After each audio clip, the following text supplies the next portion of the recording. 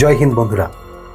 অনেক ঘটনা বা কাহিনী আমার এই চ্যানেলে আমি আপনাদের শোনালাম, কিন্তু আজকের ঘটনা এমন একজন মানুষকে নিয়ে যার কোটি টাকা থাকার সত্ত্বেও প্যান্টের বেল্ট না পরে কোমরে দড়ি বাঁধতেন, যার কোটি টাকা থাকার সত্ত্বেও একটা সাইকেলে চড়ে সারা জীবনটা তিনি কাটিয়ে দেন। সারা জীবন যক্ষের মতো টাকাগুলোকে আগলে রেখে অবশেষে সেই টাকার জন্যই তাকে খুন হয়ে যেতে হয়। আবার সেই খুনটা এমনভাবে হয় যেটা পুলিশ দেখে ভাবে এটা একটা সাধারণ অ্যাক্সিডেন্ট, কিন্তু পরবর্তী 1 মাসের মধ্যেই সেই ব্যাপারটা বা পুলিশের ভাবনা পুরোপুরিভাবে বদল হয়। পুলিশ বুঝতে পারে এটা একটা পরিকল্পিত মার্ডার। চলুন এই ঘটনা শুরু থেকে শুরু করা যাক।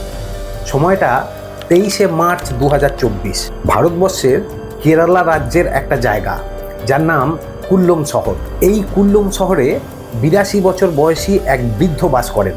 সেই বৃদ্ধের নাম সি পাপাচান। বৃদ্ধ সি পাপাচান কর্মজীবনে বিএসএনএল এর অ্যাসিস্ট্যান্ট জেনারেল ম্যানেজার ছিলেন। তিনি 60 বছর বয়সে বিএসএনএল থেকে অবসর নেন। অবসর নেওয়ার পর এই কুল্লম শহরেই এক শান্ত পরিবেশে একটা বাড়িতে তিনি একাই বসবাস করতেন। সি পাপাচানের পরিবারে সকলেই আছেন। স্ত্রী সরকারি স্কুলের শিক্ষিকা, তিনিও তার বয়স হয়ে যাওয়ার পরে স্কুল থেকে অবসর নেন। কিন্তু পাপাচানের স্ত্রী কুল্লম থেকে প্রায় 100 কিলোমিটার দূরে বসবাস করতেন। এত দূরে বসবাস করার কারণ একটাই, পাপাচানের স্ত্রীর সঙ্গে তার কখনো বনিবনা হয়নি। এই দুইজনের একটি ছেলে এবং একটি মেয়ে।